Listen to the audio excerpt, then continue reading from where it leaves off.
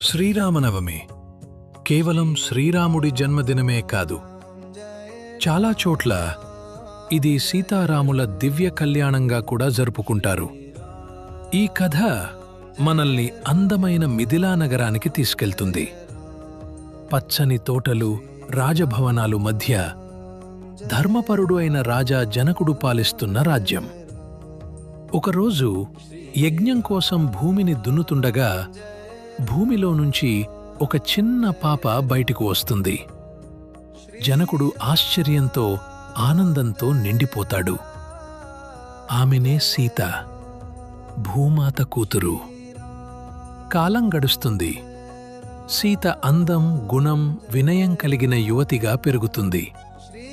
ఆమెకు సరైన వరుణ్ణి ఎంచుకోవడానికి జనకుడు ఒక గొప్ప స్వయంవరం ఏర్పాటు చేస్తాడు. అక్కడ ఒక భారీ శివధనుస్సు ఉంచబడుతుంది. అది సాధారణ ధనుస్సు కాదు, దేవతలు కూడా గౌరవించే శక్తివంతమైన ఆయుధం. దూరదూరాల నుంచి మహారాజులు, యోధులు, వీరులు అక్కడికి చేరుకుంటారు. ప్రతి ఒక్కరూ ప్రయత్నిస్తారు. కొంతమంది దగ్గరికి కూడా వెళ్ళలేరు. కొంతమంది తాకగానే వెనక్కి తగ్గిపోతారు. కాని ఆ మహాధనుస్సును ఎవరూ ఎత్తలేరు, కదిలించలేరు కూడా.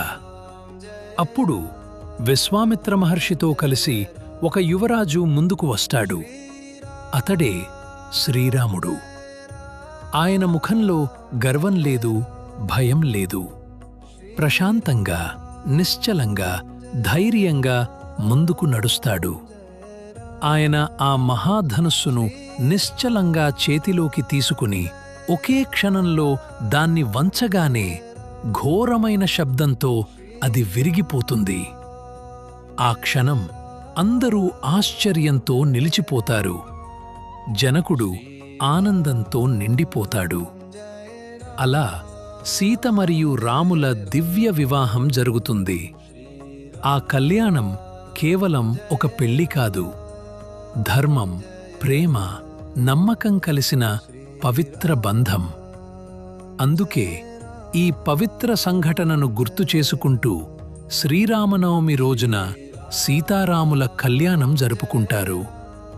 ఈ కళ్యాణం మనకు ఒక గొప్ప పాఠం నేర్పుతుంది.